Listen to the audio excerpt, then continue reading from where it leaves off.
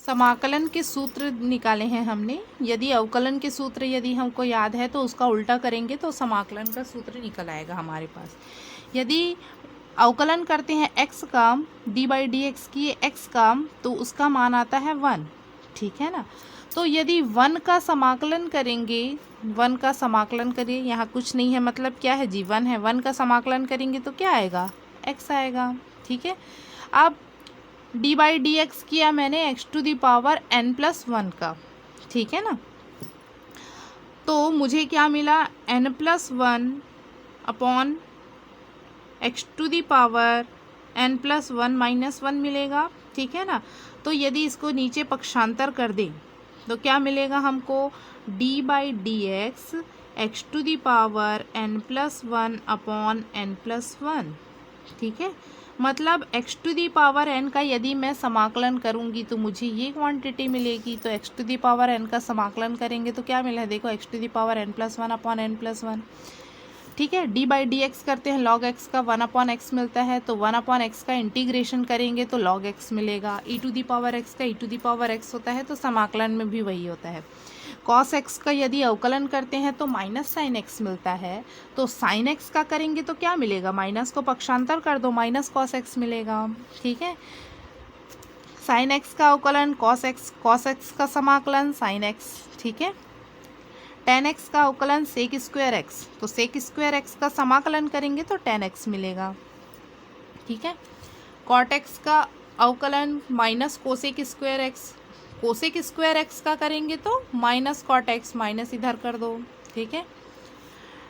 d by d x करते हैं यदि लॉग सेक x का, तो हमको मिलता है tan x, तो tan x का करेंगे तो लॉग सेक x। ऐसे ही हमारे पास और भी फॉर्मूला है, ठीक है ना। अब यदि मैं e to the power a x plus b का समाकलन करूँ, तो पहले अवकलन देख लेते हैं।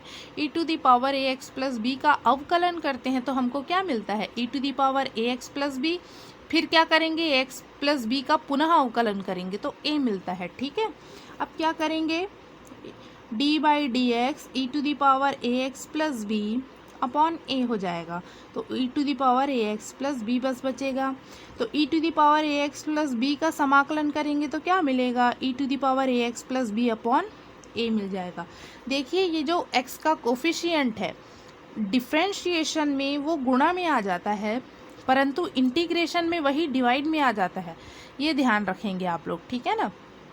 देखो डिफ्रेंशिएशन में ये जो कोफिशिएंट है x के सामने वो मल्टीप्लाई में है, परंतु इंटीग्रेशन में यही क्या हो जाएगा, डिवाइड में हो जाएगा, ठीक है ना।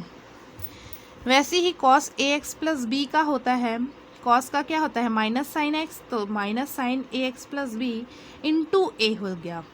पर यदि मैं साइन ax प्लस बी का करूँगी तो क्या होगा, इधर ये माइनस आ जाएगा, माइनस 1 अपॉन ए हो जाएगा cos ax प्लस बी, ठीक है।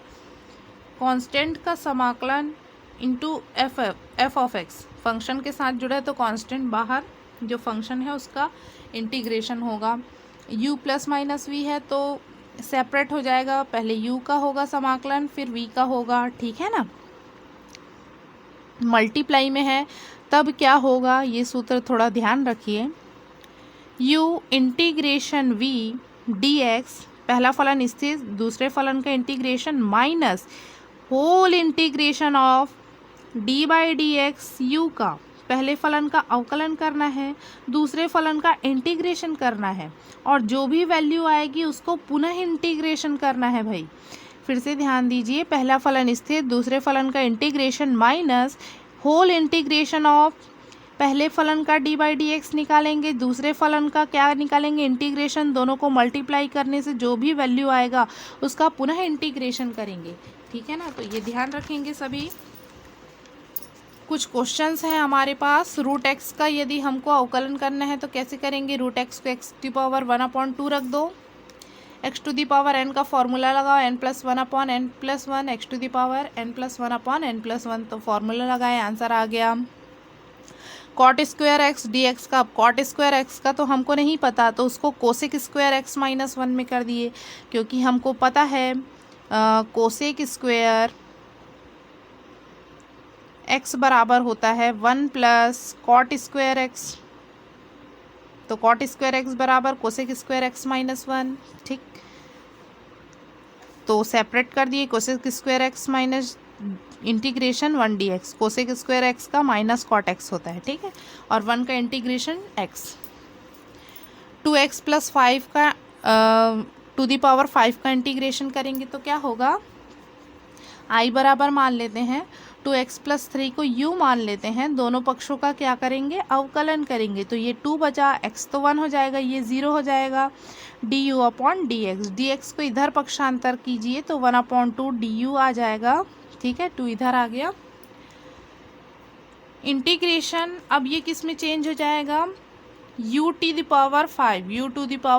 में चेंज हो जाएगा। ठीक है, और dx की जगह हम क्या मान रखेंगे, dx की जगह रखेंगे 1/2 du, तो रख दिए 1/2। अब ये क्या हुआ, इसका समाकलन करेंगे तो x⁴n वाला फॉर्मूला लगा देंगे, फिर लास्ट में u का वैल्यू रख देंगे तो आ जाएगा हमारे पास। ठीक है, अब ये क्वेश्चन है हमारे पास, √sin x cos x dx का समाकलन कीजिए, तो मैंने sin x को u मान लिया। sin x दोनों पक्षों का अवकलन किए तो sin x का cos x हो गया, ये du/dx हो गया।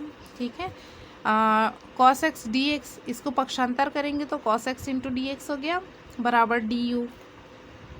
तो cos x dx की जगह रखूँगी मैं du। ठीक है, और साइन की जगह क्या रख दूंगी, u, तो साइन की जगह u, और रूट है क्या उसमें, साइन में रूट है तो इसमें भी रूट लगा देंगे, और cos x dx की जगह क्या रखूँगी, du।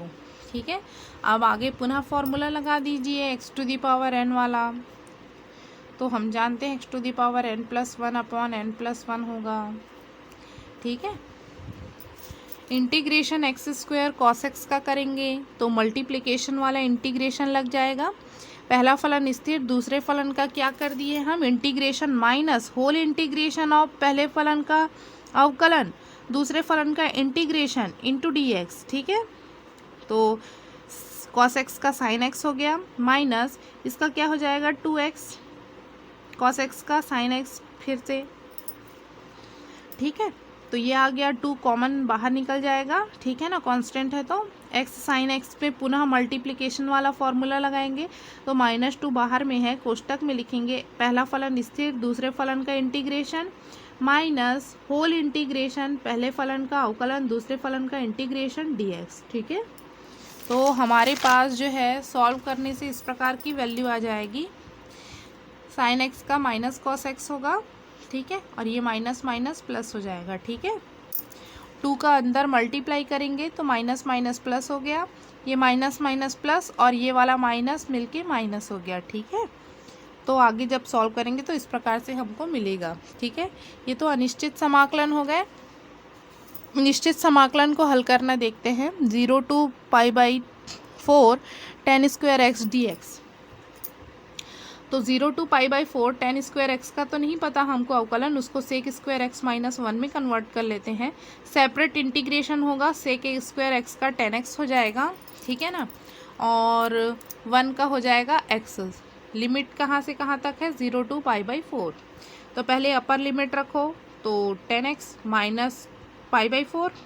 ठीक है, पहले अपर लिमिट रखें, बीच में माइनस का साइन होता है, फिर लोअर लिमिट रखेंगे। ठीक है, तो tan 0 - 0।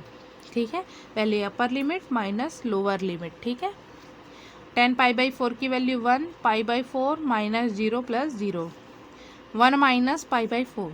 ठीक है, R1 से R2 दिया है हमको कोई फंक्शन, उसको हमको इंटीग्रेट करना है dr के सापेक्ष। ठीक है, तो कांस्टेंट के बाहर आ जाएगा, Q1 Q2 बाहर आ जाएगा, 1/r² बस रहेगा अंदर, क्योंकि dr के सापेक्ष हो रहा है अवकलन।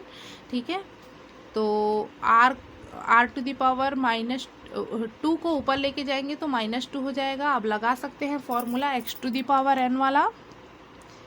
ठीक है, n+1/n+1। ठीक है, इस प्रकार से आ गया फॉर्मूला। ठीक है, पहले अपर लिमिट रखेंगे फिर माइनस लोअर लिमिट, ठीक है। इस माइनस को अंदर मल्टीप्लाई करेंगे तो ये माइनस में हो जाएगा R2 वाला और R1 वाला प्लस में उसके पहले लिख दिए, तो इस प्रकार से ज्ञात कर लेंगे हम, ठीक। समाकलन विधि से गति के समीकरणों का निगमन, ठीक है। समाकलन विधि से हमको करना है गति के समीकरण का निगमन। तो हमारे पास गति का प्रथम समीकरण होता है v = u + at। यहाँ v जो है समय t पर उसका वेग होगा और प्रारंभिक वेग को 0 समय पर वेग, जब t = 0 है तब प्रारंभिक वेग कह सकते हैं उसको v से दर्शाएंगे और जो अंतिम वेग है t समय में उसको v से प्रदर्शित करेंगे, ठीक है ना।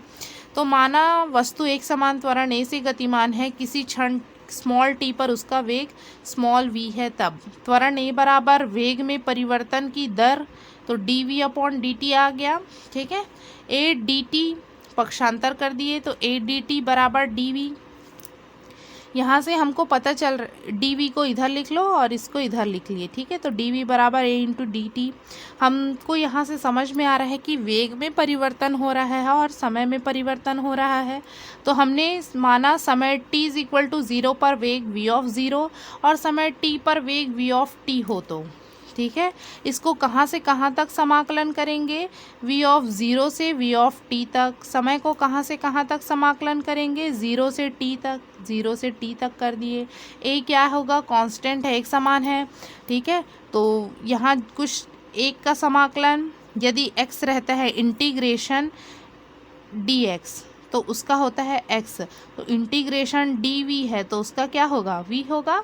तो इसलिए यहाँ v हो गया, ठीक है। और लोअर लिमिट अपर लिमिट को लिख दिए। a यहाँ dt के सापेक्ष हो रहा है तो इंटीग्रेशन t हो जाएगा, लोअर लिमिट अपर लिमिट रख दिए। तो पहले अपर लिमिट का मान रखेंगे माइनस लोअर लिमिट का मान रखेंगे, तो a एज इट इज़, पहले upper limit minus lower limit, तो v बराबर आ गया, इसको इधर पक्षांतर करो, v + a × t, ठीक है। v को मैंने v लिख लिया और v को u लिख लिया, तो आ गया गति का प्रथम समीकरण। द्वितीय समीकरण हम देखते हैं अब। s = ut + 1/2 at² होता है। s क्या है, विस्थापन, या कह सकते हैं उसकी अंतिम स्थिति और प्रारंभिक स्थिति का अंतर, ठीक है। v + 1/2 at²। माना कि कोई वस्तु v वेग एवं एक समान त्वरण a से गतिशील है, तब v बराबर वेग बराबर क्या होता है, स्थिति में परिवर्तन की दर, तो स्थिति को x से प्रदर्शित करते हैं, अपॉन dt, तो x बराबर v × dt, v dt, ठीक है। अब v बराबर हम जानते हैं गति के प्रथम समीकरण से v + at होता है × dt। अब हम यहाँ से हमको पता चल रहा है कि क्या क्या चेंज हो रहा है, स्थिति बदल रहा है और समय बदल रहा है। तो उसके लिए सीमा लेंगे हम, समय t = 0 पर वस्तु की स्थिति x तथा t पर वस्तु की स्थिति x हो, तो इंटीग्रेशन x0 से x dx स्थिति के लिए, integration 0 to t v dt, ये किसके लिए, समय के लिए, dt है ना, ये dt, इसलिए समय के लिए 0 to t। समाकलन करेंगे तो 1 का हो गया x, 1 का हो गया t, यहाँ t है तो t to the power 1 + 1/1 + 1 होगा, n + 1 होता है तो n की जगह 1 है, ठीक है। अब क्या करेंगे, लिमिट रख देंगे, तो x - x v t हो जाएगा, ये 0 हट जाएगा, इसमें क्या होगा, t² 0 to t, तो यहाँ क्या आ जाएगा, t² ही बचेगा, 0 वाला हट जाएगा, तो इसको लिख सकते हैं 1/2 at², ठीक है। ये आ गया। ये स्थिति में क्या है, परिवर्तन या अंतिम स्थिति माइनस प्रारंभिक स्थिति, उसी को क्या कहते हैं, विस्थापन। तो विस्थापन s लिख लिए, v को u लिख लिए, ठीक है। तो इस प्रकार से आ गया गति का द्वितीय समीकरण। तृतीय समीकरण का निगमन देखते हैं। हम जानते हैं v² बराबर u² + 2as, s को क्या लिखते हैं, x - x, v को क्या लिखते हैं, v, u को क्या लिखते हैं, v। त्वरण का सूत्र जानते हैं हम, क्या होता है, वेग में परिवर्तन की दर। देखिए इसको मैं किस प्रकार से लिख रही हूँ, dv/dx × dx/dt, dx से गुणा भी किए और डिवाइड भी कर दिए, ठीक है। समझ में आया? ये डी एक्स कटेगा तो d v upon d t ही आएगा। D x upon d t क्या होता है? वेग होता है, स्थिति में परिवर्तन की दर, तो इसकी जगह वे लिख दिए और d v upon d x लिख दिए। ठीक है, डी एक्स को पक्षांतर करो तो ए डी एक्स और डी वी। यहाँ स्थिति और वेग परिवर्तन हो रहा है तो किसके सापेक्ष होगा जी? समय के सापेक्ष होगा। तो यहाँ मानते हैं हम समय t इज इक्वल टू 0 पर स्थिति x ऑफ 0 वेग v ऑफ 0 हो और समय t पर स्थिति x ऑफ t तथा वेग v ऑफ t हो तो integration x of 0 to x of t a dx is equal to integration v of 0 से v of t v dv। ठीक है, ए एज इट इज़ रहेगा, x यहाँ क्या बचेगा? ये dx के सापेक्ष हो रहा है, a तो कांस्टेंट का काम करेगा इसलिए बाहर आ गया। ठीक है, तो dx का क्या होगा? यहाँ कुछ नहीं है मतलब 1 है, 1 का क्या होता है? x upper limit lower limit लिख दिए। यहाँ v है तो v स्क्वायर अपॉन 2 हो जाएगा। समझ में आ गया? अभी सभी को समाकलन करना, अपर लिमिट और लोअर लिमिट लिख दिए। पहले upper limit minus lower limit, इसमें भी वही किए। ठीक है, दोनों में लघुत्तम 2 इधर पक्षांतर कर दिए तो 2a x of t minus x of 0 v of t का स्क्वायर माइनस v ऑफ 0 का स्क्वायर। इसको इधर पक्षांतर करो, v ऑफ t का square is equal to v of 0 का square minus 2a x of t minus x of 0। ये x है, ये v है और ये u है। यही गति का तृतीय समीकरण है। तो समाकलन विधि भी बहुत इजी है, आसानी से आप लोग गति के तीनों समीकरण का निगमन कर सकते हैं और इम्पॉर्टेंट भी है।